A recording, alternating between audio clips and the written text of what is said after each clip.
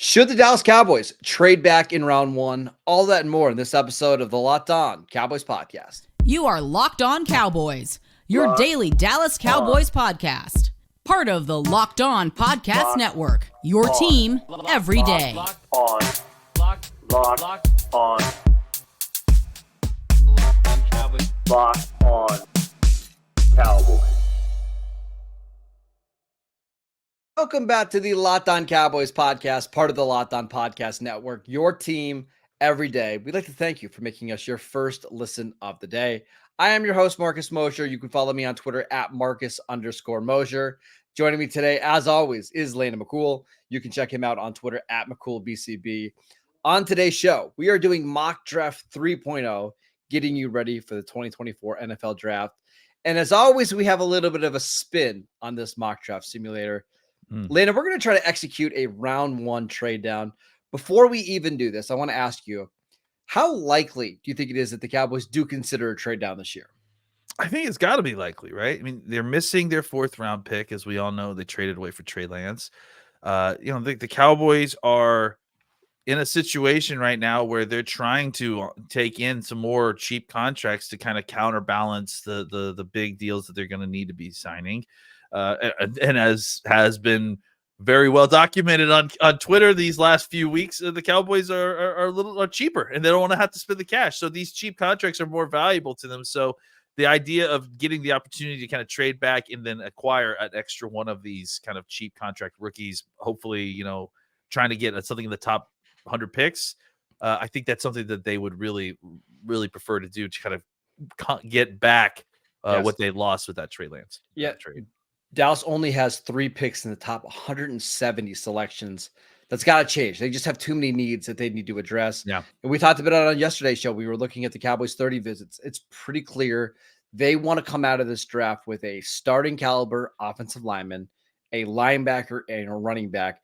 Can they do that with their first 3 picks? I don't know. They're going to have to do some wiggling around. And that's what we're going to do in our mock draft today. So if you are watching with us on YouTube, you will see the mock draft simulator on your screen. We are using Pro Football Focus again today. I'll do my best to narrate so you can kind of understand what's going on. But we are going in this draft with the intention of no matter what, we are trading down in the first round so we can try to address all of the needs. So first round is pretty chalky. All of your typical names go inside the top 23 picks, including 4 quarterbacks. You have multiple offensive tackles that go ahead of you, including Amarius Mims, Tyler Guyton, 2 extra corners, Cooper DeJean, Nate Wiggins, both off the board. Brian Thomas, the wide receiver from LSU, is off the board. The top available players are Johnny Newton, defensive tackle from Illinois. We've got Troy Fautanu, who the Cowboys we think like from Washington. Jackson Powers Johnson, Graham Barton are still there. A.D. Mitchell is still there. Ladd McConkey, Jordan Morgan. Feel like this board has actually felt pretty well for the Cowboys. Yeah. Honestly, if we weren't doing this exercise, I may just say, let's abandon all this and just take Troy Fautanu, because that's pretty crazy that he fell all the way. But I think this felt really, really well. And honestly, I'm saying that because I like Troy Fautanu. But if you look at this, you've got Fautanu, Jackson's Power Johnson, Graham Barton, all still available. And so, Zach Frazier, and obviously some other guys you like. So trading back a little bit makes a ton of sense. And especially if you're only trading back. Look, there's 3 guys that I'd love to have at the top of this board. And if, looking at this right here, if Tampa Bay is willing to come up only 2 picks, you're guaranteed to have one of those 3 guys that you still like, plus whatever you're going to get out of Tampa. That's a huge win. Absolutely. So just want to mention, I know Tampa Bay's biggest need right now is interior offensive linemen, especially the center spot. So if they're trading up with the Cowboys, they're probably trying to get ahead of Green Bay to draft the center. I know Green Bay also really likes Graham Barton. We've got 2 trades. Let's go over them really quickly. So Tampa Bay at pick 26, they would probably the most likely compensation. You won't get their second round pick. That's not enough of a drop back. You could ask for pick 89, which is their first third round selection. Is that intriguing to you to drop back 2 spots and add a third rounder? Yeah, I think that's kind of generally what I'm thinking, is trying to add a third rounder. The other option here, obviously, is that if you wanted to do something closer to a pick swap, maybe you could do like 87 and 57. I mean, that's showing up to be a 47% trade. But, look, if Tampa really likes the choice at 24, they really like Fatanu, or they really like Jackson Power Johnson, I think that they would be willing to do that. And, you don't get in this scenario, you don't get the extra pick. But you obviously front load and move your 87th pick into a spot where you're really getting some prime real estate for picking. And I'll even go so far. I love the idea of being able to pick 56 and 57, back to back. That's really intriguing to me. So, and that's what I'm and that's what I'm interested in, is having 2 late second round picks. So if we go to the Lions at pick number 29, who are also interested in this spot, could the Cowboys trade picks 24 and 87 for 29 and 61? That gives you a 92% chance of being accepted. Pretty fair. You're dropping down, 5 spots in round 1, but you're moving up 26 basically between rounds 2 and 3. That's really appealing to me. I think that's almost better for me in round 2 or the first trade. Can we just see what would happen if you took that 87th pick away and you made it 174? Let's see what they'd say. Not going to happen. No, not going to happen. Okay. No, I mean, maybe you could get back, pick 205, which is a later pick, or maybe 201, and just give you. I think that, the only thing with the pick swap is that I do really feel like there is a numbers thing that I think the Cowboys would like to add a pick. You know what I'm saying? So I think even if you do like a pick swap where most of the value is coming, from the change in spots, I do think getting a kicker, not a literal kicker, getting an extra draft pick, I think would really be something the Cowboys would do. I like this trade. Just to be clear again, the Cowboys would give up picks 24 and 87. That's their first and third round picks, for picks 29, 61. That's at the back end of the second round, and then pick 164. So you're adding a pick inside the top 175. I think that's a very, very good trade. Now, real quick, in this specific scenario, I understand that you like this. I may want to go with the other trade because, and I'll just throw this out, I think that if you drop from 24 to 26, you're not losing a rung of player. Like, you know what I'm saying? Like, if you look at who's available currently, it's, you've got Barton, JPJ, and Fatano, right? Yes. You're still definitely going to get one of those 3 guys if you only trade down to 26 versus 29. So in this specific situation, I may prefer to only go down to 26. You're still getting that extra round pick you want. But I can also understand the trade down to 29 as well. Let's get the extra pick, because I think that's what would be the most appealing. Yeah, that is a good point. That is a big thing that they're going to obviously want. So okay. So again, just to be clear on the trade, the Cowboys move their first and third round pick. For the Lions, first round pick, their second round pick, and then an early day 3 pick. We will offer that trade, and it's accepted. So the picks off the board. The Lions trade up for Graham Barton. Packers take AD Mitchell, Chop Robinson off the board. Troy Fatanu goes 27 to Washington, and Jackson Powers Johnson off the board at pick 28. Now, that's the fear a little bit, is that you lose out on all those guys. I will mention Darius Robinson, 30 visits still available. Kingsley Sumatia still there. Jordan Morgan is still available. Zach Frazier, Johnny Newton. What's interesting to you? I think at this point, probably. Can I make my argument? Yeah, let's hear it. I think you can find a center in the mid rounds. And now that we've picked up another pick in the middle rounds, I think you can find a center to compete with Brock Hoffman and TJ Bass. I kind of like the idea of taking Jordan Morgan here. It feels more at the right spot at 29. You get a left tackle, which is a little harder to find. And then maybe we see what's available in rounds 2 and 3. Yeah, I think that makes sense. Absolutely. You want to do it? Yeah, let's do that. Okay. Jordan Morgan, the pick for the Dallas Cowboys at number 29. Again, not the most ideal selection. We would have loved to see Jackson Powers Johnson fall or Graham Barton. Didn't happen, but that's okay. Almost happened. Happened, though. Here's the good news. The Cowboys have picks 56, 61 coming up to address 2 big need spots. We'll talk about day 2 next. This episode is brought to you by eBay Motors. Passion, drive, and patience. That's the winning formula for winning championships. And it's also what keeps your ride or die alive. eBay Motors has everything you need to maintain your vehicle and level it up to peak performance. Superchargers, roof racks, exhaust kits, LED headlights, and more. Whether you're into speed, power, or style, eBay Motors has got you covered. With over 122 million parts for your number one ride or die, you'll always find exactly what you're looking for. And with eBay Guaranteed Fit, your part is guaranteed to fit your ride every time or your money back. Because with eBay Motors, you're burning rubber and not cash. With all the parts you need at the prices you want, it's easy to make your car the MVP and bring home huge wins. Keep your ride or die alive at ebaymotors.com. Eligible items only. Exclusions apply. eBay Guaranteed Fit only available to U.S. customers.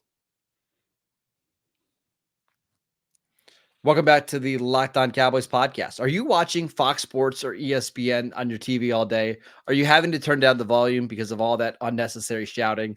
Make the switch to Locked On Sports Today, a free 24/7 sports streaming channel program for you every day to bring you the biggest stories without all that screaming. Locked On Sports Today brings you can't-miss analysis, opinions, and news streaming 24/7 on YouTube or on the free Amazon Fire TV channels app. Part of the Locked On Podcast Network, your team every day. All right, Landon, I got a feeling if we're coming out of day one, people might not be that excited about the pick of Jordan Morgan. However, I think people would get excited about the idea of having 2 second-round picks where they can address their needs at running back, maybe linebacker, maybe center. Looking at this board right now, here are some of the top available players. Jonathan Brooks at running back. You have Edgerrin Cooper. You have all of the top linebackers are still available, including Junior Colson. Peyton Wilson is off the board. At running back, all your running backs are still there. Brooks, Jalen Wright, Blake Corum, Bucky Irving, Trey Benson, Blake Corum. What do you want to do with these 2 picks? Yeah, I mean, you've addressed a need here. You kind of, I think, we should scan at least to see if there is any value that's fallen, and I don't know that there's anything specifically outside of your normal picks.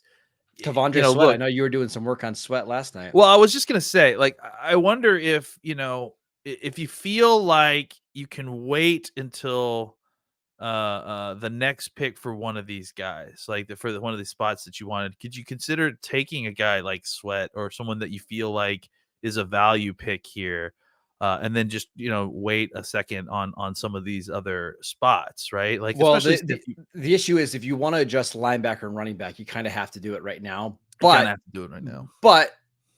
if you're going to wait on one of those spots, maybe I don't know. Both those spots I have concerns about if we're waiting to pick 164 to address it. Oh yeah, because I forgot we actually traded. Yeah, we traded. So we've picks 56 and 61, and then our next pick is at 164. So we're waiting. Yeah, okay. So then I think you look at linebacker, you look at running back. I mean, I think you could look at tackle if you wanted to. I mean, we did Jordan Morgan. I'm sorry. If you want to look at like interior offensive line, yeah. So let's look at interior offensive lineman. So we've got some guys there. Cooper Beebe, who I think a lot of people are talking about him potentially playing center. Bo Leemer, who I actually kind of like a little bit. Cedric Van Pan. Christian Haynes, but I don't know that's interesting now considering you're keeping Tyler Smith at left guard. Yeah. I like Bo Leemer a lot. I like Cooper Beebe. I mean, we can talk about this. I'm assuming Tortellini's not off the board, but he's another guy a little bit calling him Tortellini. I know it's Bortolini. But yeah, I mean, there's tons of these guys that if you feel like, I mean, honestly, like all the way down to, I remember really liking Kingsley Aquacum from Florida, a lot later guy. So there are tons of centers that we can wait on if we need to a little bit later. So let's look at linebackers and running backs right now. So here's at linebacker. It's Edgerrin Cooper and Junior Colson.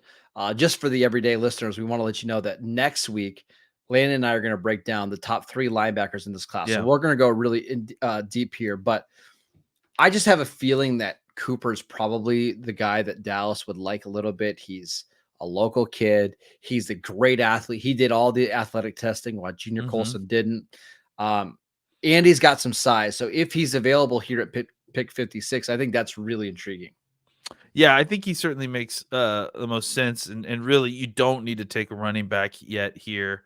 I have a feeling Brooks will make it to the next pick if you wanted to take And if he him. doesn't, So Trey Benson will be there, or that's right. whoever So Jalen Wright will be there. or right, yeah, yeah. I think we should take Cooper here, and then let's see what falls to us at 61. Okay. So we lucked out. Christian Haynes off the board at pick 57. Jermaine Burton to the Packers at 58. Javon Bullard, a safety to the Texans at 59. And then Chris Jenkins, Michigan defensive tackle to Buffalo. That means that at pick 61, the Cowboys have their choice of every single running back in this class. Yeah, and honestly, at this point, I would look and see, hey, is anybody interested in a trade back here? You know, The like answer is no. the answer is no. But I would at least, in the real draft, at least see, At least see, right? yeah. Like, because you've kind of gotten to where you want to go with your picks. You've hit some of these needs, and you don't need to draft this next need right here. Because you're already well ahead of anyone being drafted at the running back position. Look, you like Jonathan Brooks. You certainly wouldn't mind securing him, but it'd be at least worth kicking the tires a little bit. So I think we take Jonathan Brooks here since we don't have any trade offers, and it just, let's not mess around, Yeah.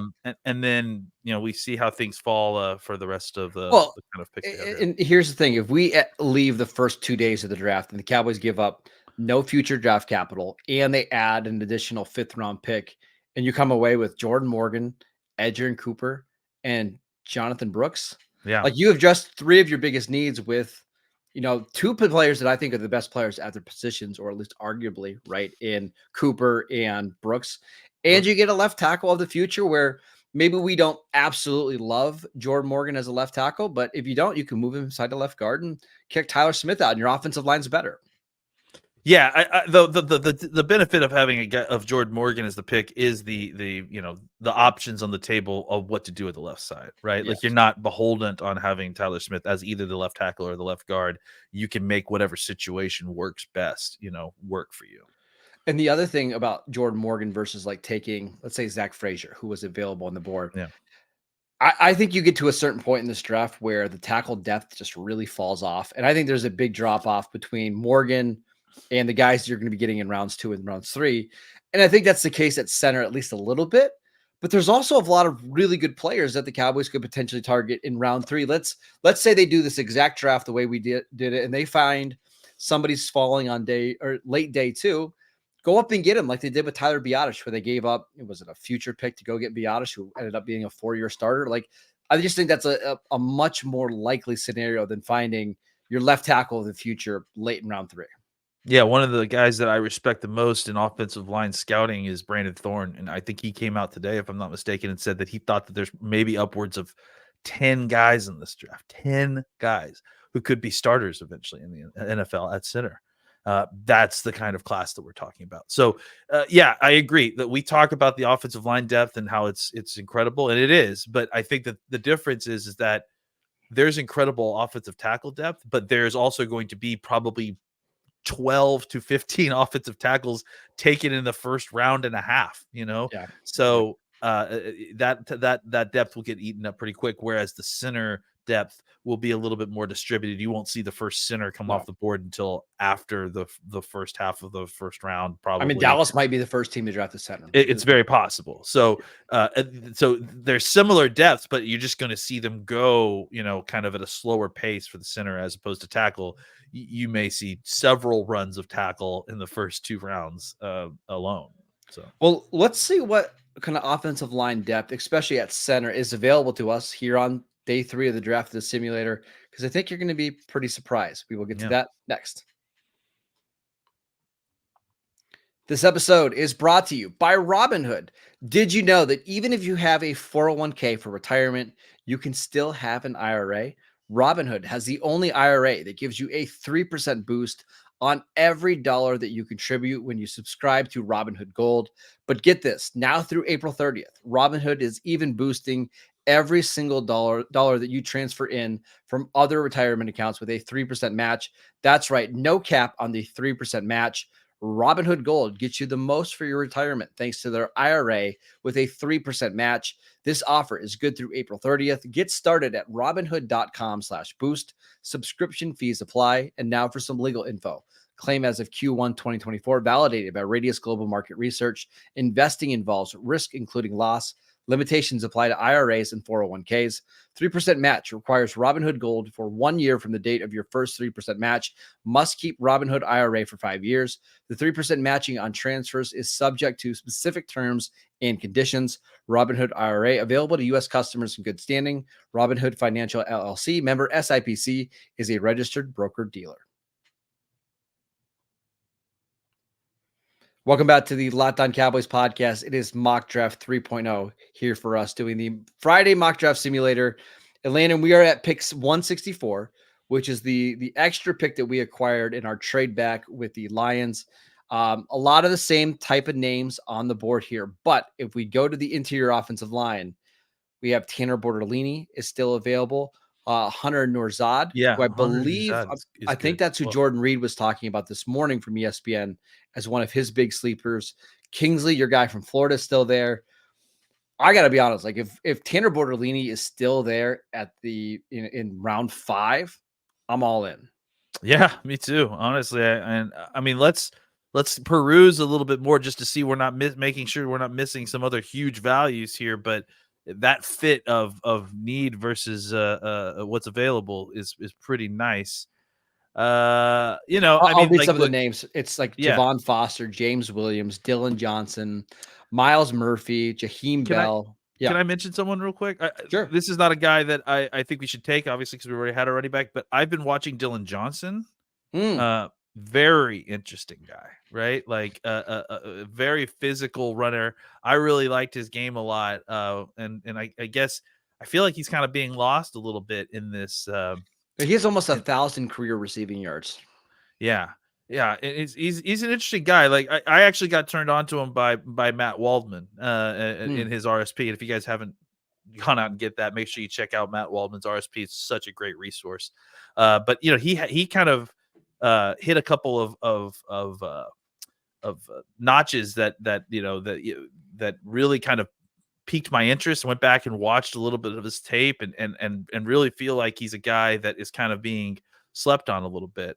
So I don't think we take him here, but I'm just throwing them out there as a name to keep in mind. If the Cowboys miss on running backs early, maybe he's a guy that you draft a little bit later that you throw into a larger committee and he can be a useful player. Well, we talked about this on, I think it was a Wednesday show or Tuesday show. I really think there's a lot of running back depth here where you can double up and try to pair these guys together. So I think Dylan Johnson's really interesting. Dylan Lobby is another guy. Yeah. He's another one. If you're watching with us on YouTube right now, look at the receiving production here.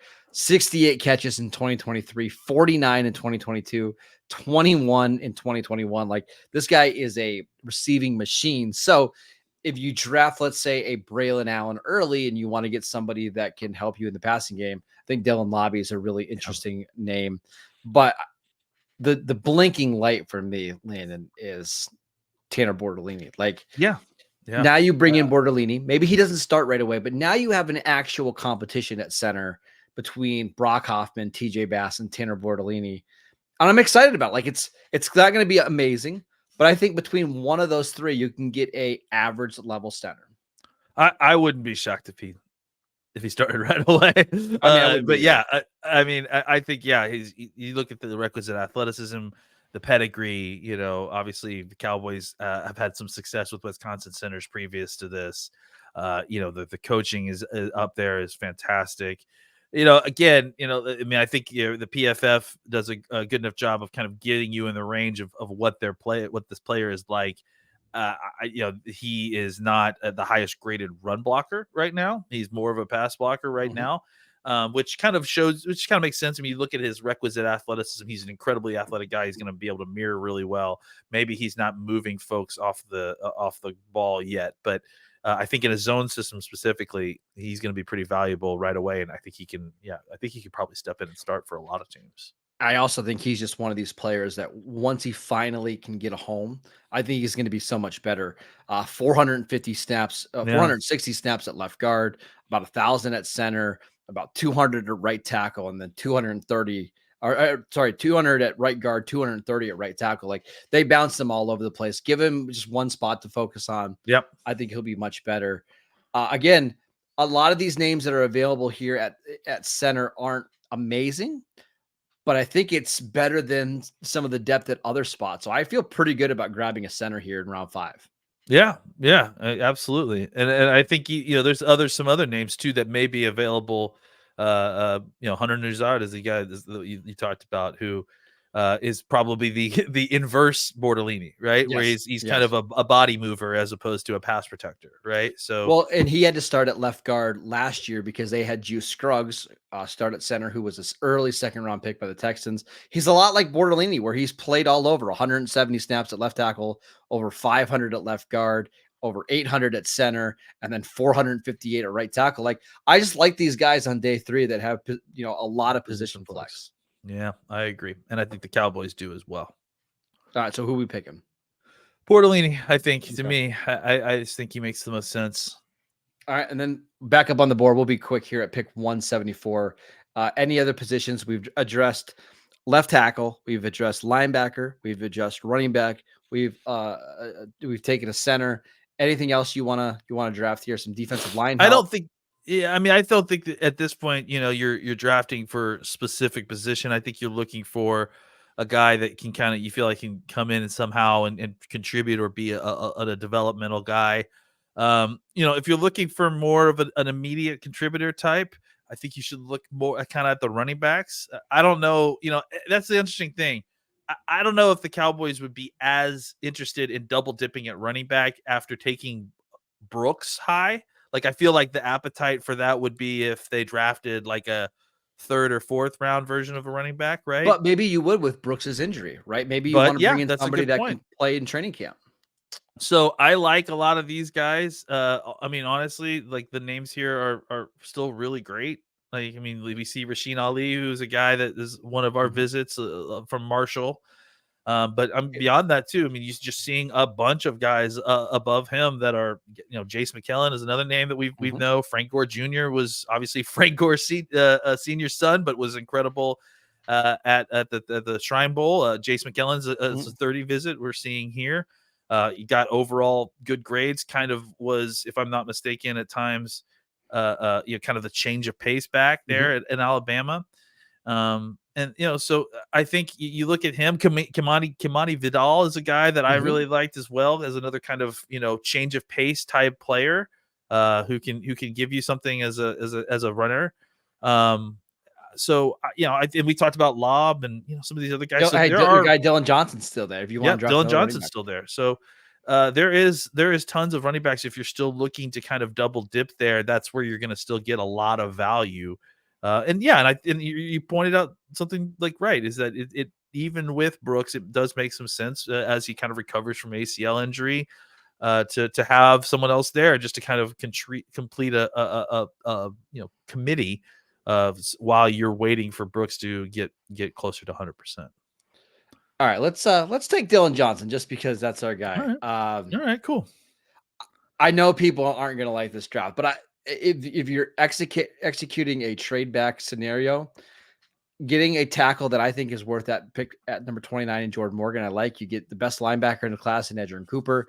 You get most people's top running back in this class in Jonathan Brooks.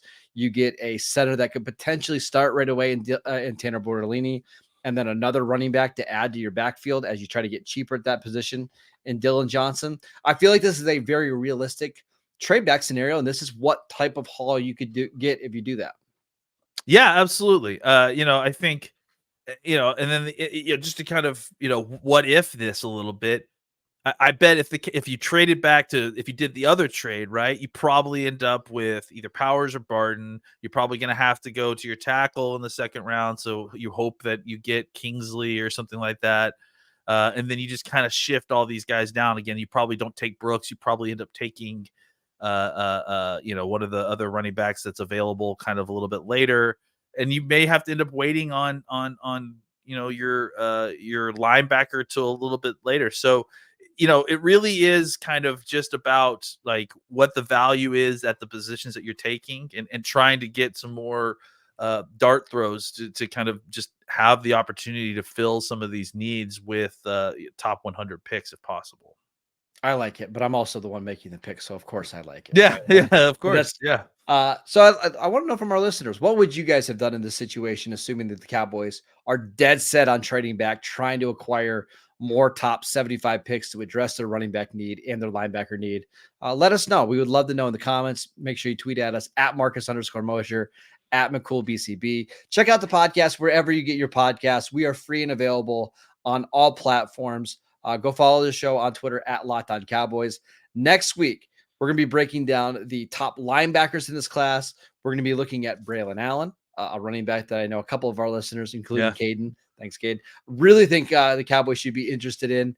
And then, of course, we'll have Mock Draft 4.0 next Friday. Be sure to tune in for that. Have a great weekend, everybody. And we will see you back here on Monday.